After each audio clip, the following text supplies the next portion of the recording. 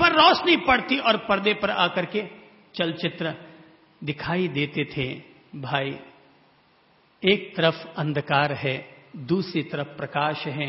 हमारे जीवन में और दुनिया में भी तो दो ही चीजें हैं, एक तरफ ज्ञान है और दूसरी तरफ अज्ञान है। अज्ञान का अंधेरा जब तक रहेगा, ये दुनिया में तरह तरह के रिश्ते नाते और तरह तरह के सहारे, ये खेल खिलौने, नाचते कूदते, ड्रीम गर्ल, किसी शायर की गजल, और ये सब चीजें अपन लोगों को दिखाई देती रहेंगी जब तक अज्ञान हावी रहेगा। लेकिन जैसे ही ज्ञान की रोशनी आती है, अर्थात पूरे हॉल में अगर प्रकाश जगा दिया जाए, तो भले ही उस खिड़की में से कैसी भी फिल्में क्यों न दिखाई जाती हों, पर हॉल में तभी तक तो ये दुनिया के रंग और राग दिखाई देंगे जब तक कि अंधकार रहेगा। और जैसे ही लाइटें जल जाती हैं कि सारे चित्र गायब हो जाते हैं।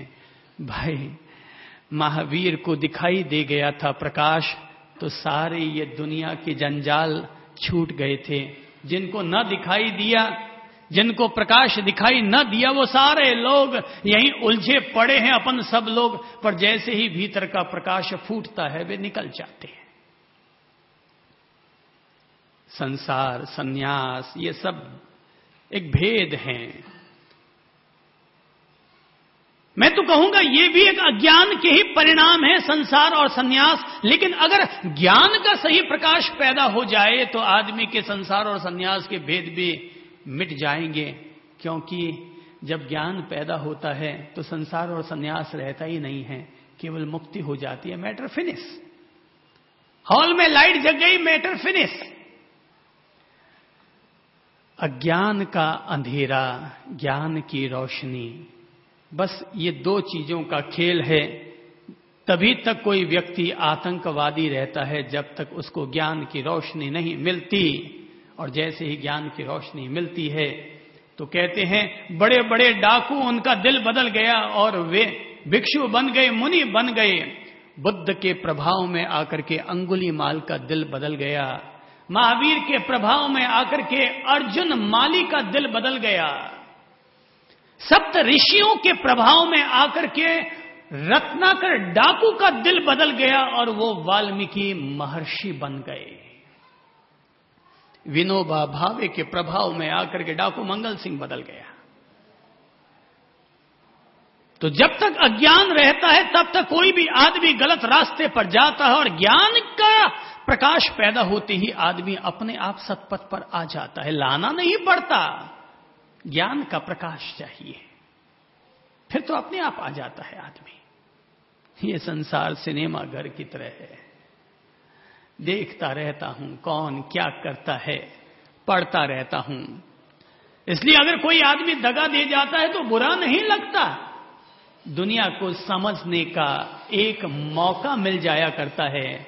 ओ, तो उसने ऐसा किया, अर्थात ये है संसार, ये है संसार।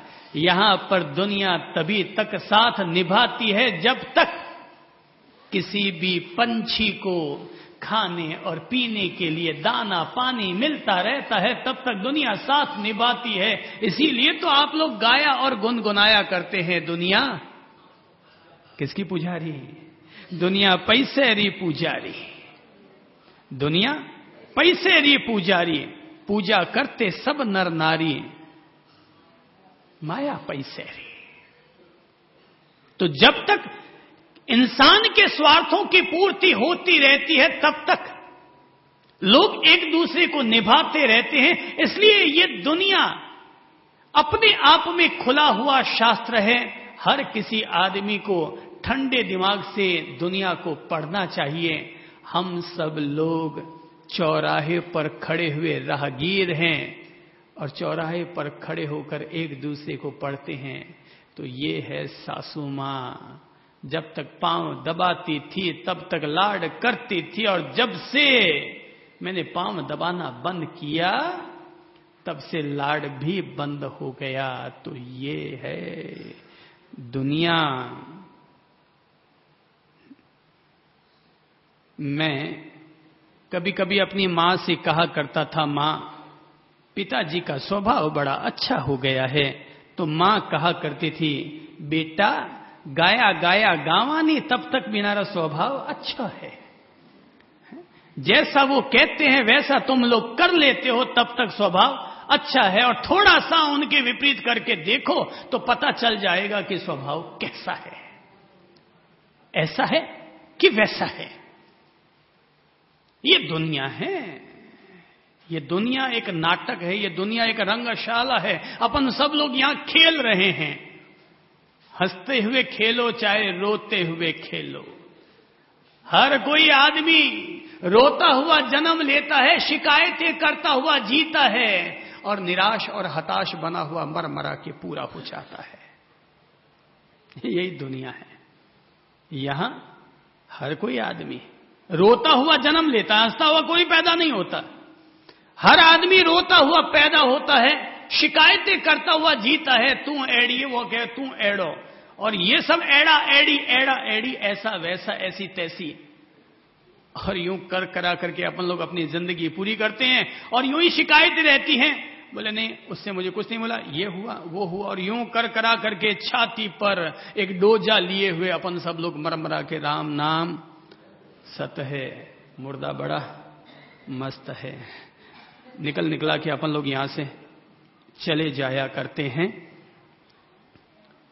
ये संसार, कभी कबीर ने संसार के लिए कहा है, बड़ा अच्छा पद है कबीर का, रहना नहीं देश बिराना है। रहना नहीं देश बिराना है। ये संसार कागज की नौका, बूंद पड़े घुल जाना है। रहना नहीं देश बिराना है। ये संसार झाड़ अरु झांखर, आग लगे जरी जाना है। रहना नहीं देश बिराना है। कहत कबीर सुनो भाई साधो, साहब नाम ठिकाना है। रहना नहीं देश बिराना है। ये वीरान है देश, ये दुनिया वीरान है। यहां हम कोई रहने के लिए नहीं आए हैं, यहां कोई अपना कब्जा जमाने के लिए नहीं आए हैं, मुक्ति पाने के लिए आए हैं, मुक्ति पाने के लिए। ये संसार तो किसी वृक्ष की तरह है। किसकी तरह? वृक्ष की तरह है। ये संसार तो किसी वृक्ष की तरह है, और इस वृक्ष पर दोनों लोग आकर के बैठा करते हैं। बंदर भी आकर बैठते हैं और पंछी भी आकर के बैठते हैं। बंदर उछल कूद करते हैं, पंछी भी आकर बैठते हैं। पर बंदर जिंदगी भर मरते दम तक उसी पेड़ पर टिके रहते हैं, वहीं पर उछल कूद करते रहते हैं। पर पंछी मौका पाने पर उड़ भी जाते हैं। सोचो, अपन बंदर बनना चाहेंगे या पंछी? अगर पंछी बनना चाहते हैं तो आओ मैं आप लोगों के पंख लगा दूं, ताकि अपन लोग उड़ सकें। और बंदर बनकर के जीना है तो भाई वानर में खुद ही नर छिपा हुआ है। वानर में खुद ही नर छिपा हुआ है, तो बंदर की तरह उमड़ घुमड़ करते रहो। इस जन्म में इस पत्नी के साथ, अगले जन्म में उस पत्नी के साथ, पिछले जन्म में उस मां के साथ, इस जन्म में इस मां के साथ। और ये बंदर की उछल कूद चलती रहेगी जब तक इच्छा चलाते रहो। कोई जबरदस्ती थोड़ी है कि छोड़ के निकल जाओ। बंदर की तरह जीना है तो कभी इसको मम्मी बनाना और कभी उसको मम्मी बनाना। कोई पता थोड़ी है कि इस जन्म में जो आपकी बीवी है वो अगले जन्म में वापस आपकी बीवी बनेगी। ये कोई गारंटी थोड़ी है। हो सकता है जो इस जन्म में मम्मी बीवी है वो अगले जन्म में मम्मी बन जाए, या इस जन्म में जो मम्मी है वो अगले जन्म में बीवी बन जाए। ये कर्मों का खेल है, कोई पता नहीं चलता जन्म मरण की धारा में कब कौन आगे चला जाए। जैसे मछलियां चलती है ना तालाब में, सागर में, सरोवर में, कोई फिक्स थोड़ी है कि ये मछली उसी के साथ जाएगी। ये चलती है, यूं चलती चलती कब कौन आगे पीछे हो जाती है। इस दुनिया के खेल में कोई पता नहीं चलता। और दुनिया तो, जब मैंने कहा कि एक नाटक है, तो नाटक में कोई जरूरी थोड़ी है कि अगर धारावाहिक रामायण में दीपिका जी अगर सती सीता बनी है तो अगली फिल्म में भी वो वही सती सीता रहेगी, ये कोई गारंटी थोड़ी है। अगली फिल्म में वो कुछ और हो जाएगी, दीपिका का रोल कुछ और बदल जाएगा। तो अपने यहां पर भी दुनिया में यों ही ये रोल बदलते रहते हैं। दुनिया है, ये संसार है, जागे है सो पावे है, सोवे है सो पछतावे है। यूं ही अपन मर मरा करके पूरे हो जाने हैं। जो जग जाएंगे वो जग जाएंगे। विरले लोग जगते हैं, महावीर जैसे लोग जगते हैं, बुद्ध जैसे लोग जगते हैं। जगने वाले जगते हैं, वे पाते हैं, और बाकी संसार में रहते हैं तो वही मोहमाया, वही पैसा इकट्ठा करना, जमीन जायदाद यूं इकट्ठी कर कर करके बाप इकट्ठो कर करने भेड़ो करे और छोड़ छुड़ाने चले जावे। और वो बेटो साड़ो एक पैसों खर्च नहीं करे बाप रे वास्ता। पिताजी अगर गुजर जाए तो बेटा बाप के पीछे एक पैसा खर्च नहीं करता। आपके शहर में प्याऊ कितनी होगी? मुश्किल से 25 प्याऊ होगी, 50 प्याऊ होगी। अरे भाई बाप दादे तो सबके मरे हैं ना। अगर ये दुनिया के लोग सारे ही अपने बाप के नाम पर पीछे, एक आदमी अगर 1-1 लाख रुपया भी लगाना शुरू कर दे तो ये पूरा शहर प्याऊओं का शहर बन जाएगा। पर ये दुनिया है, मरने के बाद कोई किसी के लिए प्याऊ नहीं बनाता। मरने के बाद केवल लांपा लगाता है, बस पिंडो छुटियो। मरने के बाद लोग केवल ऐसा ही किया करते हैं।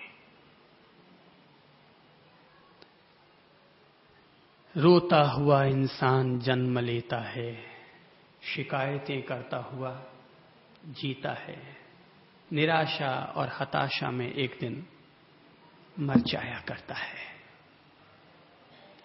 उलझा हुआ है इंसान, उलझा हुआ है। भूल गए भाई राग रंग और भूल गए सब छकड़ी, भूल गए सब राग रंग और भूल गए सब छकड़ी। सारा दिन एक ही में लग गए तेल लूण और लकड़ी। केवल वही तेल लूण लकड़ी, वही तेल लूण लकड़ी। दुनिया इसी में जी रही, इसी में खुश है। महाराज लोग कितने भी अपने व्याख्यान दे दें, संत लोग कितने भी अपने प्रवचन दे दें, लेकिन फिर भी ये दुनिया इसी में उलझी हुई है। जो जागेगा, जो दुनिया के शास्त्र को पढ़ेगा, समझेगा क्या है दुनिया, क्या है जन्म, क्या है मरण, क्या है रोग, क्या है बुढ़ापा, क्या है भोग। पलायन करने से कुछ नहीं होता, जागरूकता पूर्वक हर चीज को समझने से कोई परिणाम आता है।